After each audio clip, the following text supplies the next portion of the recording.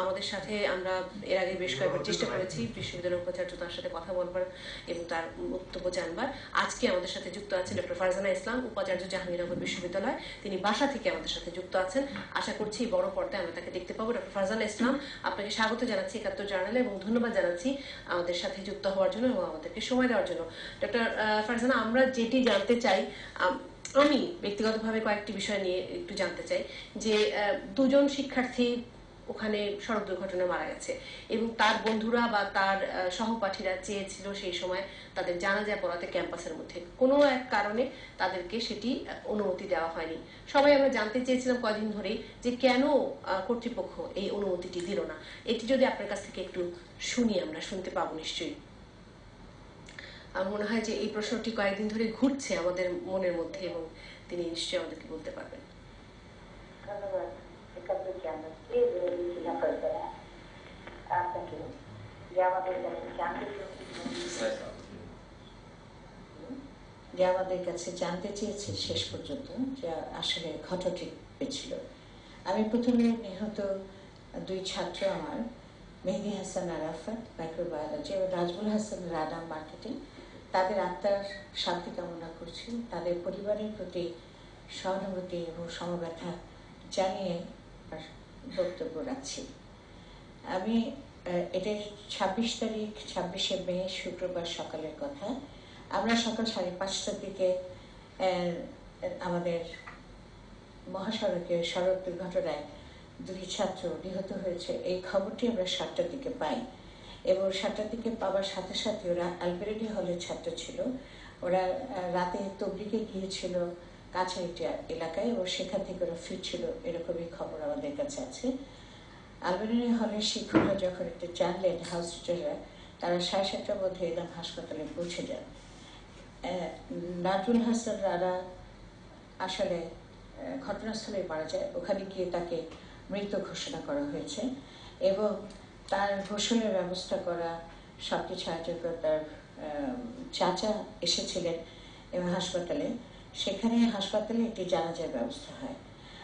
আত্মীয় স্বজন যারা ছিলেন যে ওখানে, তাদের স্বজনরা, অন্যান্য তবলিগের ভাইয়েরা, তারা নিয়ে যেতে চাচ্ছেন বলে আমাদেরকে জানানো হয়, আমাকে জানানো হয়। আমি প্রস্তুত হয়ে যেতেই কিন্তু ওই ছেলেটিকে জাহাঙ্গীরনগর গেটের কাছে নিয়ে আসা হয়েছিল একটা ডেথ সার্টিফিকেটে স্বাক্ষর করানোর জন্য রেজিস্টারে, এবং সেখান থেকে পাবনায় নিয়ে যাওয়া হয়। আমরা তার ব্যাপারটি সামাল দেওয়ার সাথে সাথে ওইখানে আইসিইউতে যে আমাদের আরাফাত ছিল তার অবস্থা আরো খারাপ হয়ে যায়, সে মৃত্যুবরণ করে এবং সেই ঘটনাটিও আমাদের 11টার মধ্যেই। তো দুইজন ছাত্র পরপর মৃত্যুবরণ করাতে আমাদের অবশ্যই অত্যন্ত কষ্ট হয়েছে এবং আমরা সামাল দেওয়ার চেষ্টা করেছি। আমাদের সাথে অংশগ্রহণ করেছেন তার চাচা, প্রথম আরাফাতের চাচা, আরাফাতের বাবা এবং নাজমুলের চাচা এবং অন্যান্য স্বজনেরা। ফলে আমরা তাদের কাছে, পরিবারের কাছে আমরা যখন জিজ্ঞাসা করি, আমরা বলেছি যে আপনারা জাহাঙ্গীরনগরে নিয়ে আসতেন এবং জানাজা করিয়ে নিয়ে যান, কিন্তু তারা বলেছেন যে অসম্ভব গরম এবং তবলিগ করেন, অন্য ধরনের চিন্তা তাদের মধ্যে আছে। তারা বলেছে যে জানাজা 2 বার হয় না, আমরা নিয়ে যাই, আমাদের ছেলেকে আমরা নিয়ে যাই, আপনারা আমাদের যাওয়ার ব্যবস্থা করে দেন। ওখানে যে শিক্ষকরা ছিলেন, মাইক্রোবায়োলজি ডিপার্টমেন্টের চেয়ারম্যান সহ অন্যান্য শিক্ষকরা উপস্থিত ছিলেন, মার্কেটিং এর চেয়ারম্যান উপস্থিত ছিলেন, আমাদের প্রক্টরের বডি উপস্থিত ছিল, আমিও প্রো ভাইস চ্যান্সেলর এবং রেজিস্ট্রার সহ আমি সেখানে পৌঁছে যাই। তো তাদের এই কথায় তারা একটু সন্দেহ করছেন ওখানে গেলে, জাহাঙ্গীরনগর গেলে একটু দেরি হয়ে যাবে, এরকম একটা জায়গা। প্রচন্ড গরম ছিল সেদিন। ডক্টর ফারজানা ইসলাম, আমি আপনার কথা যেটা বুঝতে পারছি যে পরিবারের অসম্মতির কারণে সেদিন জানাজাটি পড়ানো হয়নি এবং তারা পরিবার দুই ছাত্রের দেহ নিয়ে বা লাশ নিয়ে তারা তাদের গ্রামের বাড়িতে চলে গেছেন। আমি একটু প্রশ্নটি আপনাকে করে রাখি, সেই ক্ষেত্রে ক্যাম্পাসে আমরা যদি চটপট শুনতে পারি, সেক্ষেত্রে ক্যাম্পাসে একসময় পুলিশ ঢোকে এবং পুলিশ লাঠিচার্জ করে, মানে যেটি বারবার সকলেই বলছেন যে ক্যাম্পাসে পুলিশ ঢোকার জন্য কর্তৃপক্ষের অনুমতি লাগে, অনুমতি ছাড়াও ক্যাম্পাসে পুলিশ ঢুকতে পারে না। সেক্ষেত্রে ক্যাম্পাসের ভেতরে যে ছাত্ররা ছিল তাদের উপর যে লাঠিচার্জ হয়েছে সেটি কি করে সম্ভব হলো কর্তৃপক্ষের অনুমতি ছাড়া? আপনাদের এখানে একটু একটু তথ্যের গ্যাপ আছে এখানে। ক্যাম্পাসে পুলিশ লাঠিচার্জ করতে ঢোকেনি। মহাসড়ক যখন 5 ঘন্টার উপরে অবরুদ্ধ রেখেছিল তখন সরকারের নির্দেশে পুলিশ সড়কের মধ্যে লাঠিচার্জ করেছে অথবা টিয়ার গ্যাস ছেড়েছে, কিন্তু ক্যাম্পাসের ভেতরে পুলিশ ঢোকেনি। আর আমরা যখন আমাদের কাছে যখন খবর এলো, আমরা কিন্তু তার আগের থেকে পুলিশকে অনেক অনুরোধ করেছি যে আরেকবার না আসেন। আপনারা একটু জানবেন অবশ্যই, আমি দুপুর 1টায় বিকাল 4টায় আমি 2 দফা আমার সকল সদস্যদেরকে নিয়ে প্রশাসনের আমি ওখানে যাই, ছাত্রদেরকে বোঝাই তোমরা এখানে যাও। ওরা আমাদেরকে প্রথমবার 4 দফা দাবি দিয়েছে এবং সেটা আমরা মেনে নিয়েছি। দ্বিতীয়বারে তারা আমাদেরকে 27 তারিখে আমাদেরকে আরো 6 দফা দাবি দেয়। এই 6 দফা দাবিও আমি মহাসড়কে দাঁড়িয়ে কিন্তু আমি স্বাক্ষর করি। আমাকে বলা হয় স্বাক্ষর করতে, কারণ তারা বিশ্বাস করতে পারছে না।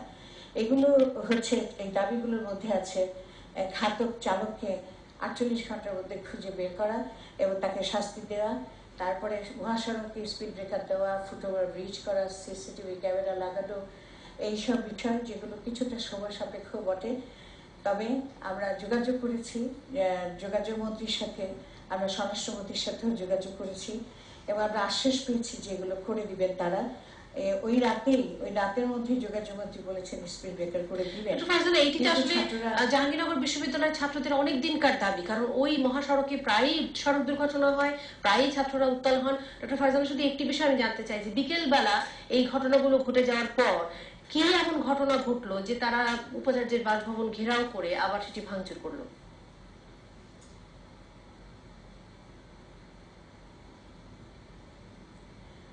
অনেক দিনের দাবি, আপনারা এটা জানবেন যে অনেক দিনের দাবি প্রেক্ষিতে স্পিড ব্রেকার দেওয়া হয়েছিল, কিন্তু সেটা চায়নার প্রেসিডেন্ট আসাতে স্পিড ব্রেকার আবার তুলে দেওয়া হয়। মহাসড়কে স্পিড ব্রেকার দিতে বলা আমাদের অনেক দিনের দাবি, আমরা নিজেরাও বলছি প্রশাসনের পক্ষ থেকে, কিন্তু আপনি রোডস এন্ড হাইওয়েজ এর নিয়ম অনুযায়ী, আইন অনুযায়ী দেখবেন যে সেখানে দিতে চায় না তারা।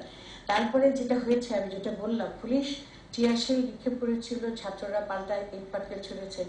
এই ঘটনার পরেই ওরা ঠিক করে 5:30টার পর দৌড়ে আমার বাড়ির দিকে আসে এবং সেখানে বলতে বলতেই আসে যে ভাইস চ্যান্সেলর বাড়ি ভেঙে দেব এবং তাকে এখান থেকে সরিয়ে দেওয়া হবে। ভাষাগুলো অনেক খারাপ, তারপরে আমি একটু বলছি যে আমাকে এখান থেকে উচ্ছেদ করার একটা চিন্তা নিয়ে তারা দৌড়ে আসে। এসে প্রথমেই তারা যেটা করেছে যে আমাদের সিসিটিভি ক্যামেরা, বাতি, এগুলো সব ভেঙে ফেলেছে এবং আমাদের যে মেইন গেটের উপর উঠে, দারোয়ান দরজা খুলছিল না, ওই মেইন গেটের উপরে উঠে লাফিয়ে ভেতরে ঢুকে সেখান থেকে তালা, একটা লাঠি এবং ইটের সাহায্যে একটি ছেলে এই তালা ভেঙে দেয়। ফলে সমস্ত ছেলে মেয়ে ভেতরে ঢুকে পড়ে। ভেতরে ঢোকার সাথে সাথে দোতলায় আমার বেডরুমের দিকে ঢিল পড়ে, কাঁচ ভেঙে দিয়েছে। আমার নিচের তলার সবগুলো ঘরের কাঁচ ভেঙেছে। আমি যেখানে বসে আছি এই মুহূর্তে, আমার পর্দার পেছনে এখনো সেই ভাঙা কাঁচ এবং যেটা দিয়ে ভেঙেছে ফুলের টবের একটা অংশ দিয়ে, সেগুলো আছে, এখন পর্যন্ত আছে। এখানে আমি যেটা বলছি যে সমস্ত ফুলের টবগুলো ভেঙেছে। এই পর্যন্ত ছিল হলো জিনিস ভাঙচুর, যেগুলো অতীত জাহাঙ্গীরনগর বিশ্ববিদ্যালয় বা অন্যান্য বিশ্ববিদ্যালয়ে আমরা দেখেছি। এগুলো ছাত্ররা যখন মবে পরিণত হয় তখন এটা হতেই পারে। কিন্তু যেটা তারা করেছে যে আমরা শিক্ষকদেরকে ডেকে পাঠিয়েছি যে আসেন, আমরা মাত্র 5-7 জনের উপরে আটকা পড়ে আছি, ওরা আমাদেরকে বের হতেও দিচ্ছিল না। তখন শিক্ষকরা যখন আসেন, শিক্ষক সমিতির সভাপতি সহ সবাইকে ওরা ফিরিয়ে দেয়, কিন্তু ফিরিয়ে দেওয়ার পরেও তারা কিন্তু জোর করে শিক্ষকরা চেষ্টা করে আবার ঘুরে ফিরে আসেন। আমরা বলি একা এসো না, তোমরা দল বেঁধে আসো, কারণ এদের সাথে এখন পারবে না। এত উন্মত্ত অবস্থায় তারা ছিল, প্রায় শখানেক ছেলে মেয়ে। তখন শিক্ষকরা আসেন 50 জনের মতন একসাথে হয়ে, তারা বারান্দায় দাঁড়িয়ে, বাড়ির বারান্দায় দাঁড়িয়ে তারা বোঝাবার চেষ্টা করে। যে শিক্ষক বোঝাতে চায় সেই শিক্ষককে তারা ইট পাটকেল ছুঁড়েছে, এমনকি গাছ থেকে কাঁঠাল ছিঁড়ে দিয়ে, বেশ ভালো সাইজের কাঁঠাল দিয়ে আমাদের অ্যানথ্রোপোলজি একজন প্রফেসরের বুকে মেরেছে। চেয়ারম্যান ইকোনমিক্সের তার বুকে পেয়েছে। আমাদের ফার্মেসির চেয়ারম্যান তাকে মাথার পিছন দিকে কেটে গেছে তার ঢিলে। ডক্টর ফারজানা ইসলাম, আপনি আছেন আমাদের সঙ্গে, কিন্তু আমার খুব জানতে ইচ্ছে করছে যে হঠাৎ করে ছাত্ররা এত উন্মত্ত হয়ে উঠলো কেন? এই প্রশ্নে আমি একটু বিরতি নিয়ে ফেরত আসি। এই আলাপ আর একটু কিছুক্ষণ নিশ্চয়ই চলবে। বিরতি নিয়ে ফেরত আসবো, কিন্তু আপনাদেরকে গতকালকে কথা দিয়েছিলাম যে এই প্রসঙ্গে আন্দোলনকারী ছাত্র যারা আছে তাদের বক্তব্য নিশ্চয়ই আমরা শুনবার চেষ্টা করব। এই বিরতির পরে যুক্ত করে দিচ্ছি সেরকম কাউকে।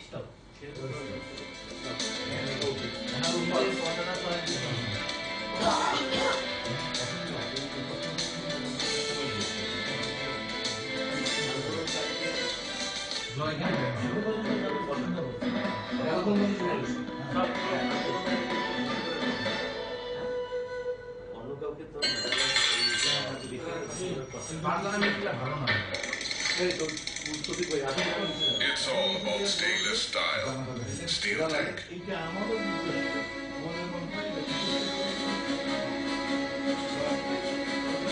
গড়ে উঠছে আগামী শহর অ্যালটেক অ্যালুমিনিয়াম। কম্পানির 10 থেকেই উইন্ডোজের 6টি লক্ষণের সঙ্গে লড়াই।